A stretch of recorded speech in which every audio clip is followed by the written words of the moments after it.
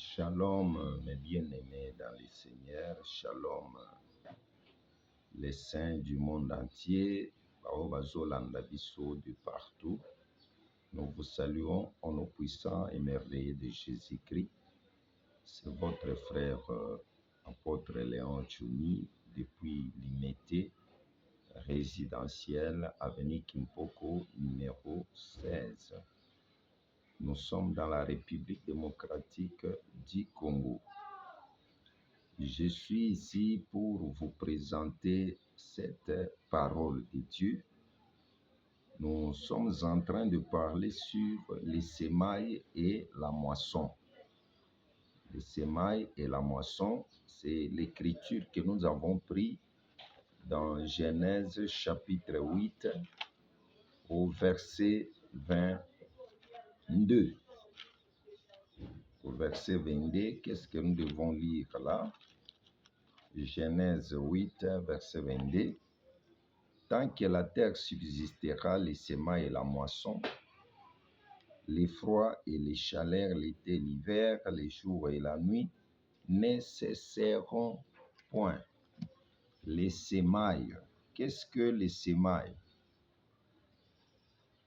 La semaille, c'est l'acte de s'aimer. C'est l'acte d'ensemencer. C'est l'acte de introduire les grains dans la terre. C'est ce qu'on appelle la semaille. Maintenant ici, c'est après avoir été sorti de l'arche, c'est comme ça que Dieu a reçu l'offrande de la main de Noé, des animaux purs et des oiseaux purs. C'est pourquoi Dieu avait d'abord mis les signes de l'arc-en-ciel dans la nuit pour se souvenir à tout moment que si il se met en irritation, en colère pour détruire le monde entier, tous les êtres humains, en regardant l'arc-en-ciel, il doit se souvenir de ça et se repentir de sa colère. Mais ce qui m'intéresse dans les promesses qu'il a faites, il a dit que tant que la terre subsistera, c'est-à-dire que si vous regardez bien, on ne peut pas parler de semailles si on n'a pas la terre. Parce que s'il faut faire l'agriculture, il faut d'abord avoir la terre. C'est pourquoi on a donné que tant que la terre subsistera. S'il y a la terre, il y a l'occasion de s'aimer. Quand la terre subsistera, tant que la terre subsistera, les semailles et la moisson ne cesseront jamais, ne cesseront point, l'effroi et la chaleur, parce que la terre est servie du froid et de la chaleur. C'est ce qui permet à la semence de pouvoir germer. Il y a aussi la notion de l'été et l'hiver. L'été et l'hiver, c'est aussi la pluie et la saison sèche. Ce sont les saisons qui aident aux gens de pouvoir s'aimer et récolter.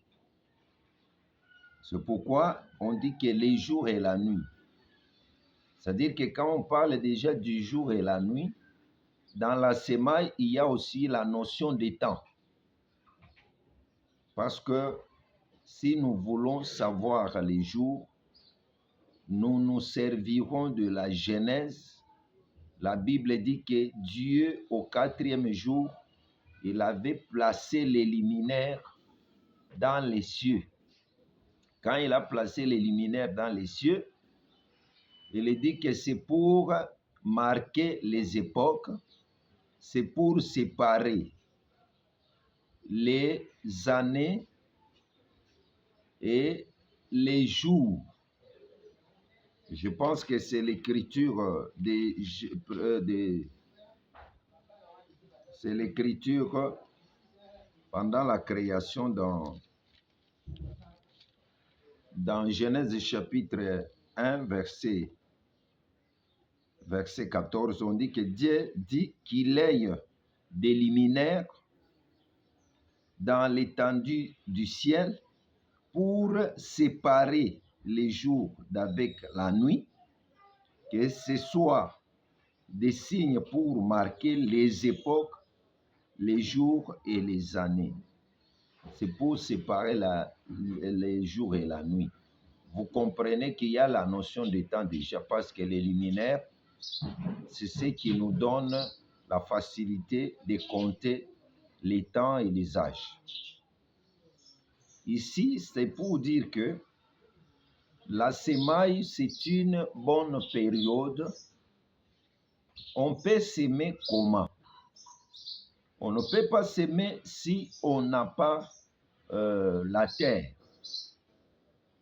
La terre, c'est pourquoi nous savons bien que c'est la terre qui permet à l'homme de pouvoir s'aimer. Dieu, pour amener l'homme, il avait d'abord planté un jardin à l'Orient. On dit que Dieu planta un jardin à l'Orient. Et Dieu fait quoi? Dieu prit l'homme qu'il avait créé et vint les placer dans les jardins. Il a pris l'homme qu'il avait formé pour venir les placer dans les jardins. C'est-à-dire que le premier semeur, c'est qui? C'est Dieu lui-même. Parce que toutes choses que nous faisons, nous tirons modèle chez Dieu. C'est Dieu qui est le modèle de s'aimer ou bien de s'aimer. Il est un vrai agriculteur. Dieu a cherché d'abord les terrains. Il a cherché la terre. C'était la terre fertile parce qu'on ne peut pas s'aimer dans toutes les terres. Il faut s'aimer dans la terre qui est fertile.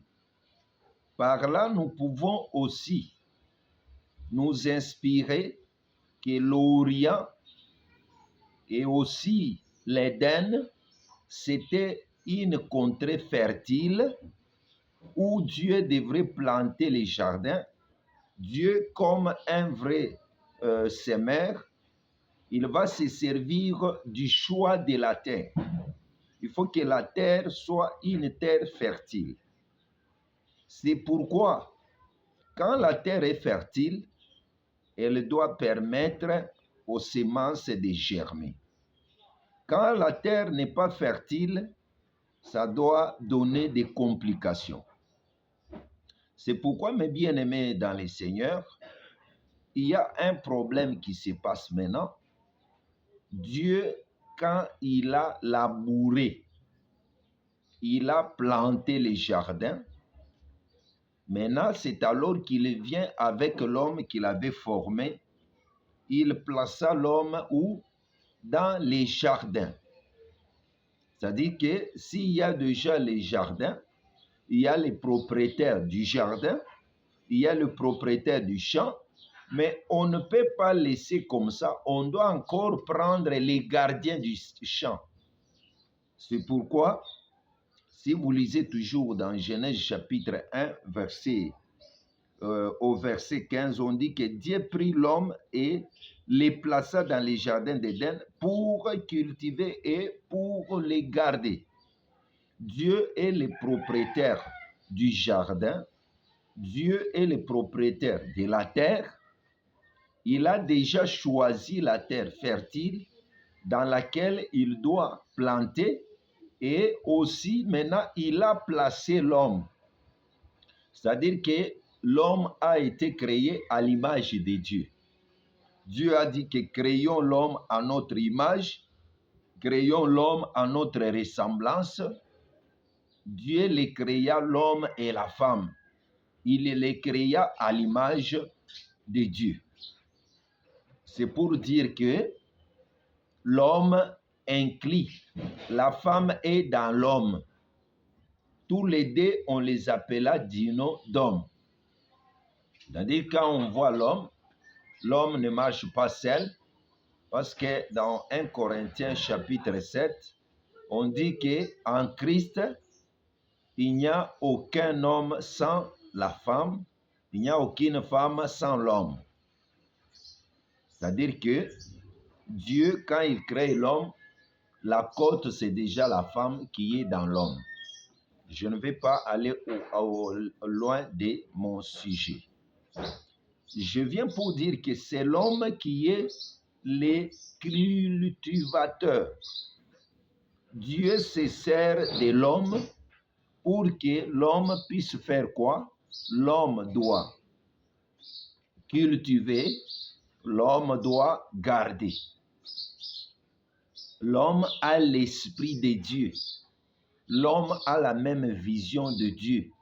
Parce que Amos chapitre 3, verset 3 dit que des hommes marchent-ils ensemble sans en être concertés?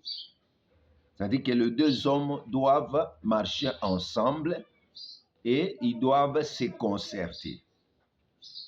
C'est comme ça, mes bien-aimés dans les Seigneurs, Dieu est son cultivateur, son gardien du jardin, c'est l'homme. Ils ont une même pensée, un même objectif, un même rôle. C'est comme ça qu'il a placé l'homme pour que l'homme cultive et que l'homme puisse garder. Parce que quand on parle de cultiver, il y a remuer, il y a triage, ôter les pierres, il y a aussi tout ce qu'on fait, les préliminaires, avant de pouvoir s'aimer. C'est ce qu'on appelle cultiver, et puis y compris s'aimer et récolter, c'est tout ce qui est en global de cultiver. C'est pour dire que cette parole peut nous servir de quoi?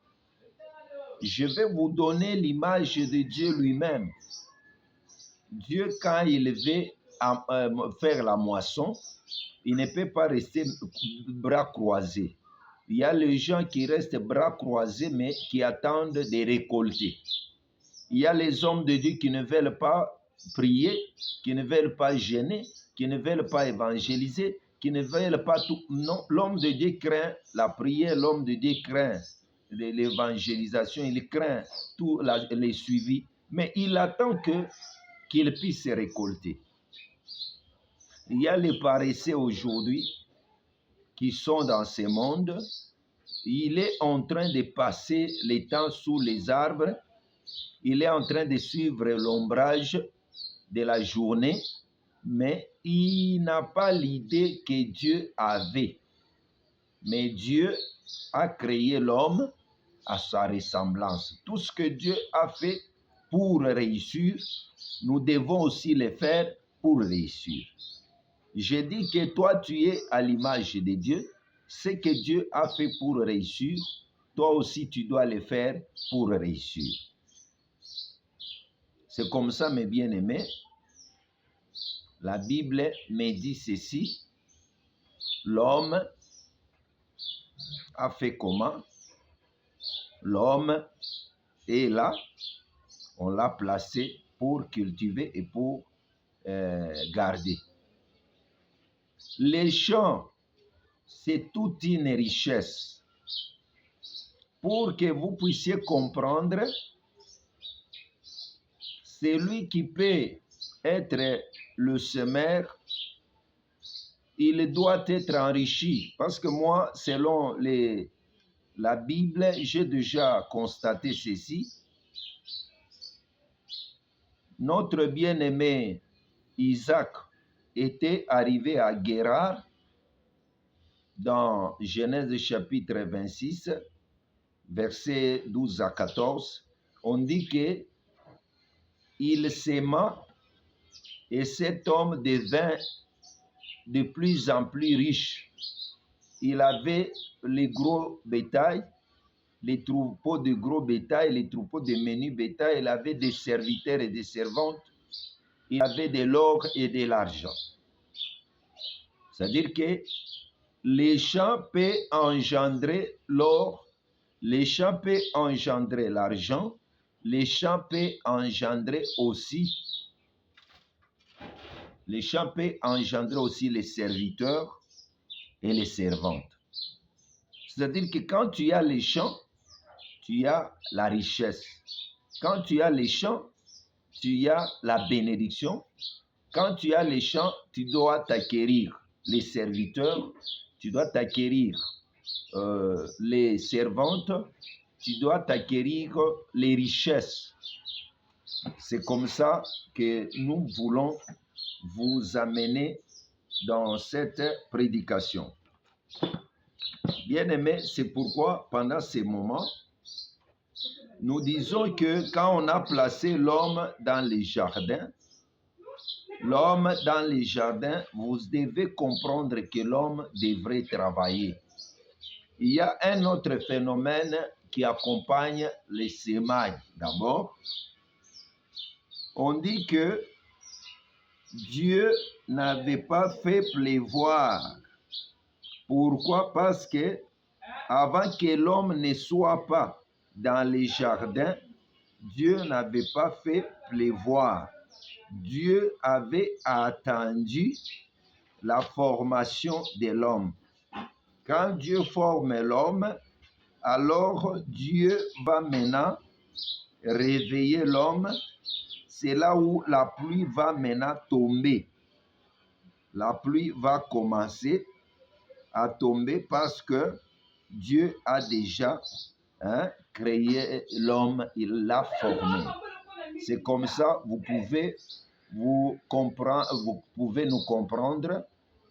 Savez-vous que nous sommes dans les quartiers, il y a les gens qui font le bruit, vous allez nous supporter. Même si vous entendez quelques cris, sachez que nous sommes entourés de voisins, ils peuvent faire le bruit, mais que cela ne vous dérange pas. C'est comme ça que nous devons marcher, que quand l'homme est dans les jardins, l'homme doit travailler. L'homme dans les jardins, l'homme doit cultiver. Il y a le phénomène de la pluie. C'est pourquoi on a parlé de l'hiver et de l'été. Une personne qui veut s'enrichir, je vais un peu circoncire le message parce que nous n'avons que 30 minutes. Je dis bien qu'il faut faire les choix de la contrée. Si tu veux faire les champs, il faut faire les choix de la contrée. Si tu veux faire une activité, il faut faire les choix de la contrée. Regardez les deux choix. Abraham choisit son côté et l'autre choisit un autre côté. Mais vous verrez que Abraham a prospéré de sa manière et l'autre aussi a prospéré de sa manière. Parce que je ne vais pas entrer dans d'autres bras, mais je vais dire seulement que chacun d'eux a choisi son côté, sa contrée. L'autre a choisi les plaines de Moab, mais Abraham a choisi aussi son côté. C'est pourquoi l'autre avait prospéré de sa manière. Abraham aussi était plus fort, il avait prospéré de sa manière. Si vous n'avez pas fait un bon choix, c'est-à-dire que vous allez faire un travail qui ne produira pas. C'est pourquoi les choix comptent. Dieu n'a pas choisi tous les contrées, mais Dieu s'est vu de l'Orient, de là où le soleil s'élève, et aussi Dieu a choisi un terrain ou bien l'espace qui était entre les fleuves. Il y avait des rivières. Parce qu'il ne peut pas avoir les champs qui doivent produire si les champs n'est pas tout près des courants d'eau. C'est pourquoi, parce que la plante, les arbres ont besoin d'être auprès d'un courant d'eau. C'est l'enseignement que David nous donne. David dit que un juste est semblable à un arbre planté auprès des courants d'eau. Là, c'est Psaume chapitre 1. C'est un verset que vous ne pouvez pas ignorer. Psaume chapitre 1 au verset 1. La Bible dit que, je vais lire, « Heureux l'homme qui ne marche pas selon les conseils des méchants. » Un homme qui fait le choix du champ, d'abord, il doit marcher selon les conseils de Dieu. Parce que dans les conseils de Dieu, on écoute, on voit ce que Dieu fait. On dit qu'il ne s'arrête pas sur les voies des pécheurs. Un homme qui ne vit pas dans le péché et qui ne s'assit pas en compagnie de moqueurs. Si tu veux faire les chants, ne donne pas l'oreille aux moqueurs. Ne donne pas l'oreille aux méchants. Mais il faut être dans les conseils de Dieu. On dit que, mais qui trouve son plaisir dans la loi de l'Éternel et qui la médite jour et nuit, il est un arbre comme un arbre planté près d'un courant d'eau qui donne son fruit en sa saison et dont le feuillage ne s'efflétrit point. Tout ce qu'il fait réussit. C'est un verset qui m'instruit beaucoup que Dieu savait que pour que les plantes, pour que les arbres puissent aussi réussir bien, il faut que je sois au moins là où les courants d'eau environnent les champs. Les champs, c'est quoi? Les champs, c'est aussi un homme. Parce que quand nous lisons dans Genèse 29, 29 et 27, 27, vous allez trouver un papa qui bénit son fils.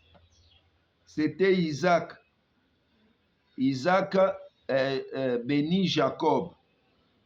On dit que Jacob s'approcha et le baisa. Isaac sentit l'odeur de ses vêtements, puis il les bénit et dit, c'est-à-dire le père connaît les chants, l'odeur de son fils. Si toi tu vois Jacob comme un homme, mais son père voit Jacob comme un champ. C'est pourquoi je dis que son père voit Jacob comme un champ. Quand il s'approche, son père dit que voici l'odeur de mon fils est comme l'odeur d'un champ que l'Éternel a béni. Tout parent doit savoir l'odeur de son fils.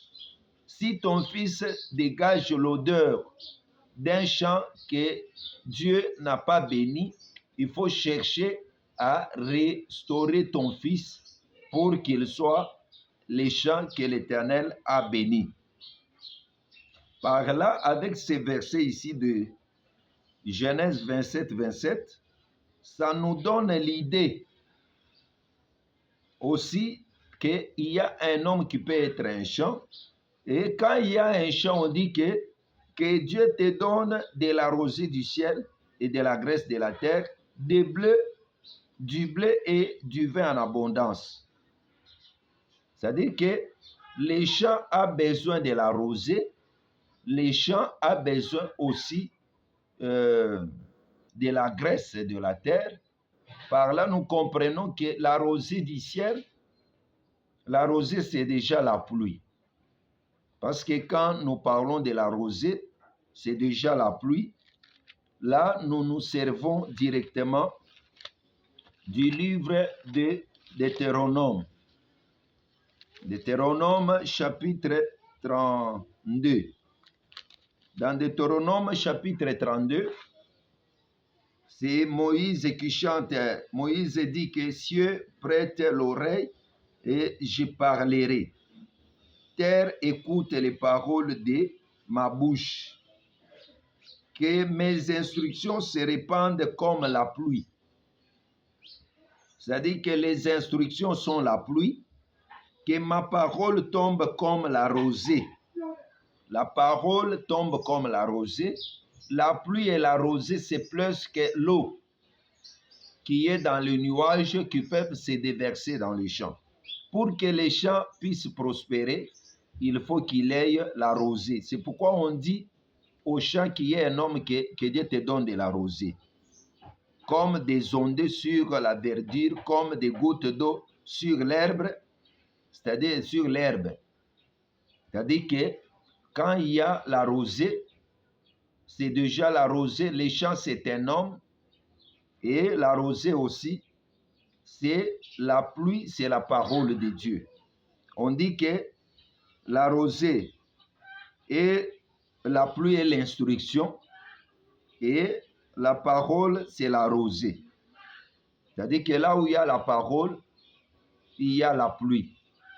Là où il y a la parole, il y a la rosée. Là où il y a l'instruction, il y a la pluie. Selon Deutéronome chapitre 32, verset 2. Et si nous allons aussi dans Genèse, dans Isaïe, vous allez trouver dans Isaïe 55, là on nous donne encore une pensée. On dit que mes pensées ne sont pas vos pensées et vos voix ne sont pas mes voix, dit l'Éternel. Autant les cieux sont élevés au-dessus de la terre, autant mes voix sont élevées au-dessus de vos voix et mes pensées au-dessus de vos pensées. Verset 10. Comme la pluie et la neige descendent des cieux et n'y retournent pas sans avoir arrosé, fécondé la terre et fait germer les plantes sans avoir donné de la semence au semeur et du pain à celui qui y a faim. Ici, vous allez comprendre que l'homme, comme les champs, il a besoin de la rosée. Et quand il y a la rosée, c'est la pluie. Les cieux doivent déverser la pluie. Ça doit déverser la pluie. La pluie, nous avons dit que selon Deutéronome 32, la pluie, c'est la rosée. L'instruction, c'est la parole de Dieu, c'est la rosée. L'instruction, c'est la pluie. Ici, on dit que la pluie et la neige descendent des cieux, n'y retournent pas sans avoir. C'est-à-dire que la pluie et la neige, déjà, c'est la parole de Dieu. On a englobé tout ça dans Ésaïe 55, versets 10 et 11. On dit que la rosée, c'est elle qui arrose la terre. La neige et la pluie arrosent la terre. La féconde, quand il y a l'eau, la terre sera fécondée. L'eau, c'est la parole de Dieu qui doit féconder. C'est pourquoi la foi vient de ce qu'on entend. Ce qu'on entend vient de la parole de Christ. La pluie fait féconder. La nature d'un enfant de Dieu, c'est lorsque la parole de Dieu entre par l'oreille que les œuvres doivent se manifester à l'œil nu. Et la pluie ne laisse pas comme ça va germer, faire germer les plantes. Les plantes, quand elles germent, c'est déjà l'espérance de la richesse. Et quand les plantes sont germées, la Bible dit que ça doit donner de la semence au semeur, ça doit donner du pain à celui qui a faim. Bien-aimé, tu souffres de faim. Il faut avoir les champs. Les champs d'abord dont je vous parle, Dieu avait son champ qui est le jardin d'Éden. Et le champ aussi, c'est Jacob, un homme. Et Paul nous dit dans 1 Corinthiens 3, 9 que les champs, c'est nous l'Église. L'Église comme les champs, l'Église comme un enfant de Dieu. Il faut que l'Église produise la sémence, que l'Église produise les pains pour la nourriture de celui qui sème. C'est pourquoi la Bible dit dans Hébreux chapitre 12, on dit que nous devons tourner le regard vers Jésus-Christ, qui est le commencement et le consommateur de notre foi. Dieu mange nos œuvres. Dieu mange notre foi parce qu'il avait interdit le sang à Israël. C'est lui-même qui mangeait la vie. Et quand nous nous sacrifions à Dieu, Dieu prend notre vie pour qu'il en consomme. Ça fait sa gloire. Bien-aimé, laissez la paresse plutôt. Il faut choisir. L'homme qui travaille doit avoir de la patience. Quand il y a la parole de Dieu doit trouver une terre fertile. Parce que Jésus nous avait donné les sortes de terres, on en parlera, mais aujourd'hui, nous avons introduit sur notre chaîne YouTube et tout le monde qui nous suivra aux États-Unis, au Canada, en Afrique, en Europe, en Asie, partout où vous nous suivrez, nous sommes en train de parler sur les semailles et la moisson. Il ne faut pas rester bras croisés. Il ne faut pas rester dans la paresse. Il ne faut pas rester dans la paresse. Nous allons parler sur le discernement des temps, les choix de la terre. Nous devons donner beaucoup de choses.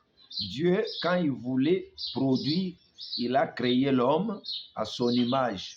Associe les gens qui ont la même vision que toi. Engendre les fils qui ont la même vision que toi, parce que avec des fils là, comme Psaume dit dans Psaume 127, 3 à 5, des fils sont un héritage, les fruits de tes entrailles sont une récompense, les fils sont comme des flèches entre les mains d'un guerrier, il ne sera jamais confus quand les ennemis se tiendront à la porte.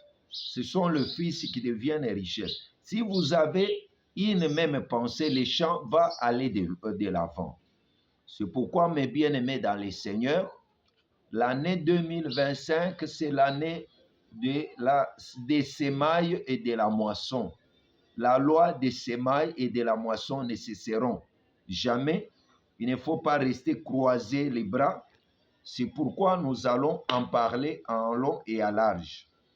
Dieu, quand il a sémé, son fils Jésus-Christ est venu, il a récolté. Parce qu'au jour de la Pentecôte, on avait récolté. Toute l'année de la grâce, Dieu est en train de récolter. Tout travail procure de l'abondance. Là, c'est Proverbe, chapitre 14, je pense au verset 26. Tout travail procure de l'abondance, mais les paroles en l'air n'amènent qu'à la 17.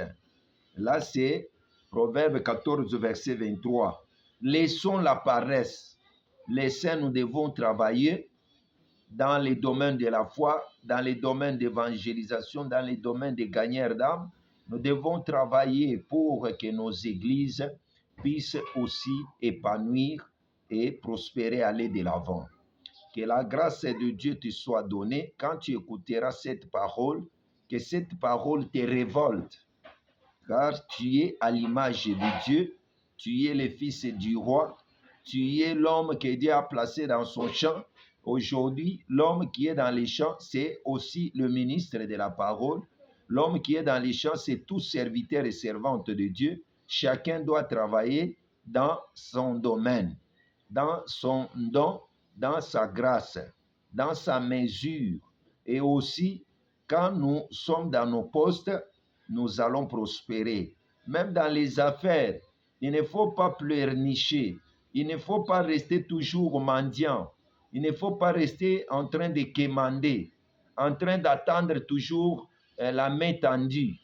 Mais quand il y a la terre, ce sont les opportunités aussi qui sont en toi que tu peux exploiter pour t'enrichir.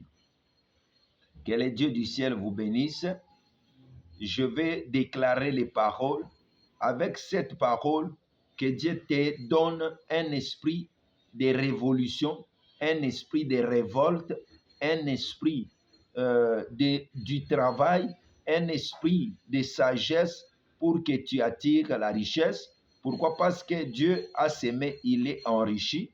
Et aussi, Isaac, il avait choisi une contrée qui était magnifique, il s'enrichissait. Nous aussi, au temps de la grâce, nous devons travailler spirituellement, physiquement dans les affaires parce que la grâce de Dieu est là. Que Dieu nous bénisse. C'est votre frère, apôtre Léon Tchoni. Chaque fois, vous nous suivrez sur cette chaîne YouTube, Léon Tchoni TV, et sur notre page qui est l'Assemblée des Saints délimités résidentiels, et sur notre compte Léon Tchoni. Que Dieu vous bénisse au nom du Seigneur Jésus-Christ. Ciao.